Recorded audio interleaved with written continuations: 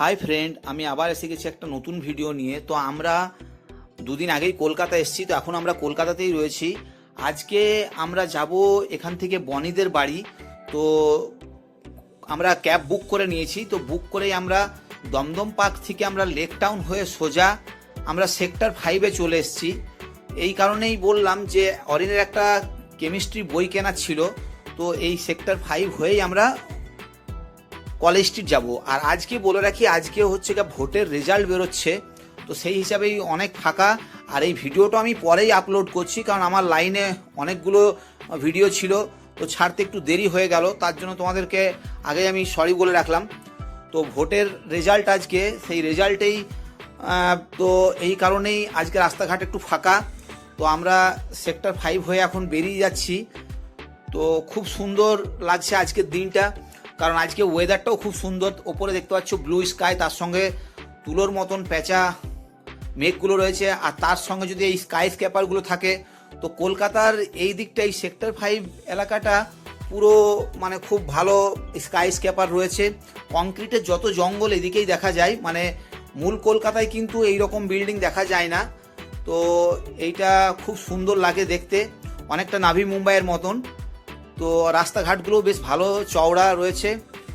তো আমি দেবশ্রীকে বললাম যে চলো একটু ঘুরেই যাই, তো ওই জন্যেই ক্যাবটাকে এইভাবেই বুক করেছি। তো আমরা এখন কলেজ স্ট্রিটের দিকে এগোচ্ছি, আর দুপাশের সিনগুলো তোমাদেরকে একটু তুলে ধরলাম।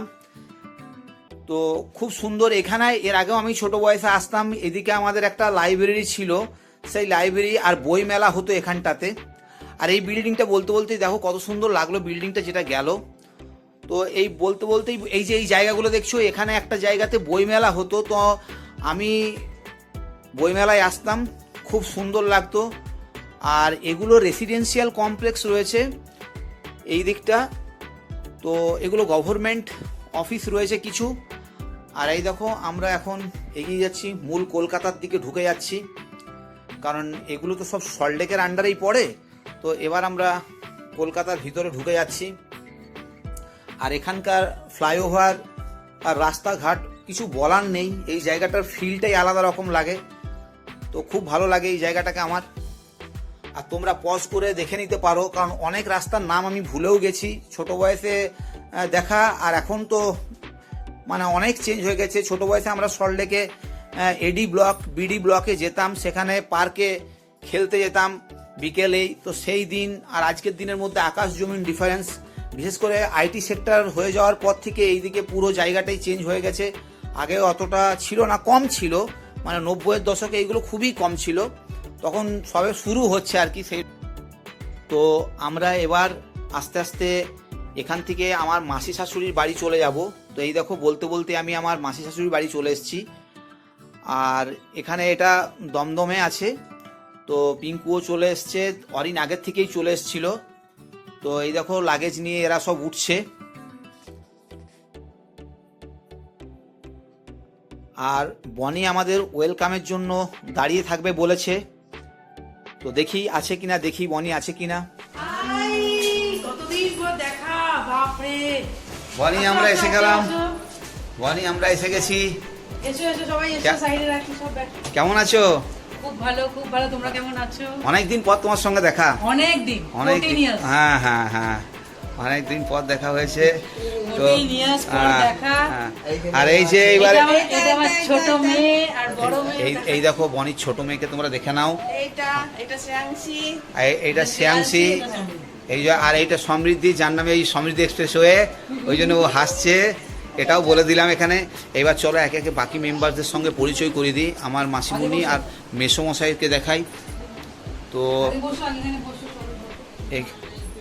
এখানে আচ্ছা মেসোমশাই এদিকে রয়েছে, মেসোমশাই, মাসি, মাসিমণি, এই যে এই যে এই যে এই যে মাসিমণি। তো অনেক খুশি হলাম, এই যে মাসিমণি বলে দিল মাঝে মাঝে এসো, ভালো লাগবে। আরে তুমি বলো, এটা আমার ব্লগ হচ্ছে, অনেকদিন পর আমরা অনেকদিন পর এলাম, তোমার কেমন লাগলো? আমার ভীষণ ভালো লাগলো। হ্যাঁ, মেসোমশাইয়ের শরীরটা সেই যেমনকার তেমনি রয়েছে, খুব ভালো লাগলো দেখে, অনেকদিন পর দেখা হলো। এখন পুজো পাঠ করবে, এখন পুজো পাঠ করবে মেসোমশাই, মেসোমশাই। আর এই দেখো এখানে একটা পুচকি সমৃদ্ধি রয়েছে, তো সমৃদ্ধি হচ্ছে বনির মেয়ে। তো দেখো কত সুন্দর ও খেলা করছে আর আমাকে দেখে হাসছে, মনে হচ্ছে অনেক দিন চেনা আমাকে, যদিও আমাকেই প্রথম দেখলো। তো এখানে সমৃদ্ধি রয়েছে আর এরই একটা দিদি আছে, আমি বালিশ নিয়ে একে খেলাচ্ছি, এরই একটা দিদি আছে, এর নাম হচ্ছে শ্রেয়াংশী। এই দেখো একে আমি একটা রুটের অঙ্ক দিয়েছি, তো আমার মনে হয় রুট নিয়ে যা রিসার্চ শুরু করে দিয়েছে তো মুশকিল হয়ে যাবে। তো যাই হোক, ও এখন ব্যস্ত আছে রুট নিয়েই। আমরা বড় হয়ে যাব তবু রুট হবে কিনা জানি না। তো সেটা শুনে সমৃদ্ধি হাসছে, হ্যাঁ হ্যাঁ করে হেসে দিচ্ছে, দেখছো তো। দুটোই পুচকে দুটো খুবই ভালো। আর অনেক দিন পর আমি শ্রেয়াংশীকে দেখলাম, এই দেখো সমৃদ্ধিকে দেখো।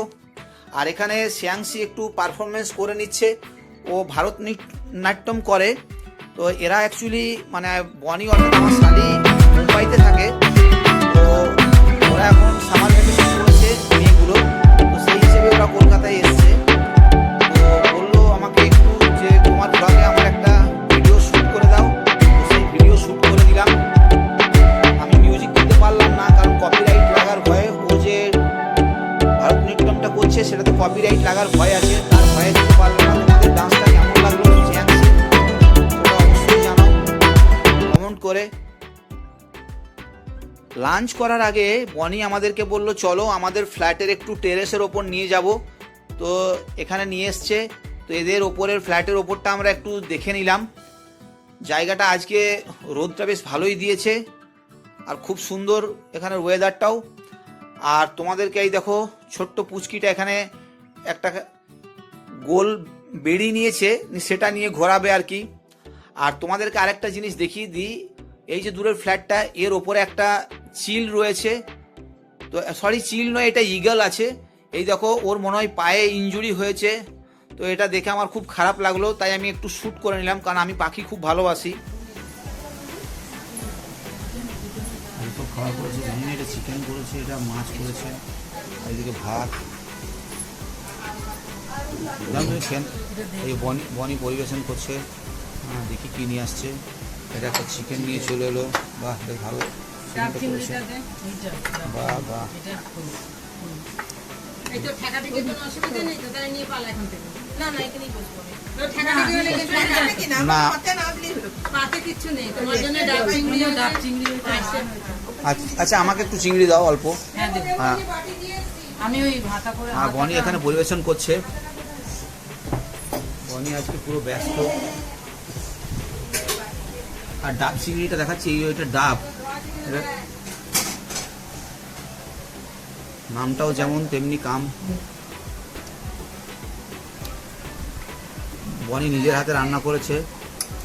আরে এটা চুপ করো, বলতে নেই, এটা বারবার আমাকে এডিট করতে হবে।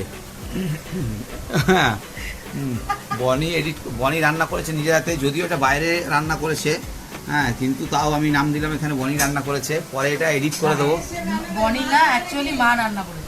ও মাসিমুনি রান্না করেছে? হ্যাঁ বনি মাসিমুনি রান্না আমরা দুজন ফটো ভালো করে দেব। আচ্ছা যাই হোক, কিন্তু আমি আর আমার অ্যাসিস্ট্যান্ট আলপনা। ঠিক আছে রান্না করেছে যদিও মাসিমুনি। মুখার্জি, আলপনা মুখার্জি, পত্রলেখা মুখার্জি, দুজনেই মুখার্জি। আমি ঘোষাল। ঠিক আছে আমি এটা নাম দেবো কিন্তু বনির নামেই, কারণ এখানে ক্যামেরাতে যারা খাচ্ছে তারাও মুখার্জির দল জুটেছে এখানে আমার কপালে। ঠিক আছে ডাব চিংড়িটা দে। দেওয়া হয়েছে আর খাবো না, আর নেবো না বাবা, না একটুখানি আর নেবো না। যাই হোক, আরে আমার বড় জামাই অনেক বছর পরে এসেছে, আরে ডাব আসেই না, পায়ে ধরে তেল মাখিয়ে আনতে হয় বড় জামাইকে। মাসিমুনির কথাবার্তা শুনে নিলে। আমার বড় জামাই, আমার বড় জামাই সবথেকে আদরের বড় জামাই। যাই হোক, মাসিমুনি এখনো একবারও এলো না, দেখি কবে যাই। এই আমার অ্যাসিস্ট্যান্টের ছবি তুলেছো তো? দিয়েছি, হ্যাঁ। নালে গুলি করে দেবো। কেমন হয়েছে? মাসিমণি দেবের মতন কথা বললো, গুলি করে দেবো। ভাষা বোঝে রে, ভাষাই চলতে হবে। দেবো এরকম বলে গুলি করে দেবো, যা করছে গুলি করে দেবো। বনি এখানে আমাদের খাওয়া দেখছে, আমরা খাবো আর বনি দাঁড়িয়ে দেখছে আর পরিবেশন করছিল। আমার বাড়িতে যখন যাবে মুম্বাই, হ্যাঁ। এটা একটা কন্টিনিউয়েশন ভিডিও। এখন আমি ভিডিওটা করছি কারণ সবাই খাচ্ছে, এটা জানবার জন্য ভিডিওটা করছি যে কেমন খাবার হয়েছে। আগে জামাইবাবুকে জিজ্ঞাসা করব, জেবি কেমন হয়েছে বলো। খুব সুন্দর এই যে চিংড়িটা, ডাব চিংড়ি, এটা আমি প্রথম খাচ্ছি। ডাব চিংড়ি আগে খাইনি, অনেক চিংড়ির জিনিস খেয়েছি কিন্তু খুব সুন্দর করেছে, খুব ভালো হলো। আর চিকেনটা এখনো খাইনি, তবু খেয়ে তোমাদের জন্য ফিডব্যাকটা দিয়ে দিই।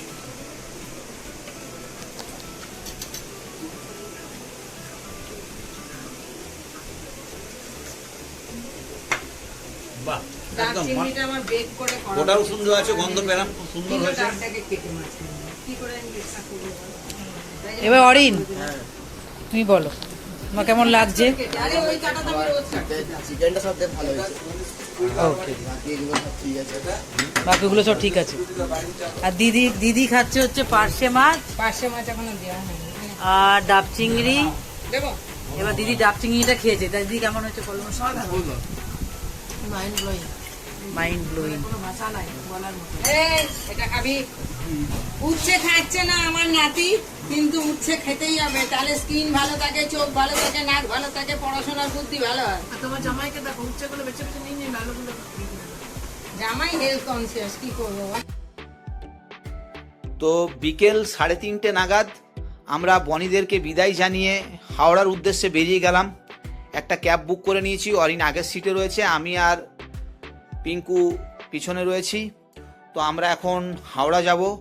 হাওড়া থেকে আমাদের ময়ূরাক্ষী এক্সপ্রেস আছে, ওটা ধরেই আমরা উখড়া যাব। আর তার আগে তোমাদেরকে এই যে Mahatma Gandhi road, MG road, একটু পরেই বড় বাজার আসবে, তো এমজি রোডের কিছুটা ভিউ তোমাদেরকে তুলে ধরলাম। এটা হচ্ছে আমাদের সেই পুরনো আদি কলকাতা, যেটা আমাদের আইটি সেক্টরের মতন অতটা গ্লোরিয়াস নয়, বাট কিন্তু পুরনো আদি ঐতিহ্য এই কলকাতা। তো তারই কিছু জায়গা আমি তুলে ধরলাম। আর এই করতে করতেই আমরা আস্তে আস্তে বড় বাজারের দিকে এগোচ্ছি। তো ফ্রেন্ড, আমার চ্যানেলে যদি নতুন হও তো প্লিজ চ্যানেলটা সাবস্ক্রাইব করো, আর বেল আইকনটা থেকে দেবে পরে পাশে থেকো। তোমাদের আমার এই কলকাতার ভিডিওটা কেমন লাগলো অবশ্যই তোমরা কমেন্ট করে জানিও। আর বলতে বলতে আমরা এই দেখো বড়বাজার পেরিয়ে হাওড়া ঢুকে যাচ্ছি, গঙ্গা নদী পার হচ্ছি। হাওড়া ব্রিজ তোমাদেরকে দেখিয়ে দিলাম একবার, আর এই যে গঙ্গা নদী, এদিকে হাওড়া ব্রিজ, হাওড়ার দিকে এগোচ্ছি আমরা। তো মনটা খুব খারাপ লাগলো, বেশ কটা দিন আমাদের ভালোই কাটলো, বিয়ে বাড়িও কেটেছে, তার সঙ্গে ঘোরাঘুরিও হয়েছে। তো সত্যিকারই খুবই আনন্দদায়ক কয়েকটা দিন আমরা কাটালাম। এবার মন খারাপ হয়ে যাচ্ছে বাড়ি চলে যাচ্ছি বলে। আর এই দেখো আমাদের সেই পুরনো ঐতিহ্যবাহী হাওড়া ব্রিজ, খুবই সুন্দর, ব্রিটিশদের এক অনবদ্য সৃষ্টি। আর বলতে বলতে আমরা হাওড়া স্টেশন চত্বরে প্রবেশ করে গেলাম, আমাদের গাড়ি হাওড়া স্টেশনের কাছে চলে এলো। তো তোমাদের আজকের ভিডিওটা কেমন লাগলো অবশ্যই কমেন্ট করে জানিও। আর আবার একবার বলছি, যদি চ্যানেলে নতুন হও প্লিজ চ্যানেলটা সাবস্ক্রাইব করে পাশে থেকো। ভিডিওটা দেখার জন্য তোমাদেরকে অসংখ্য ধন্যবাদ।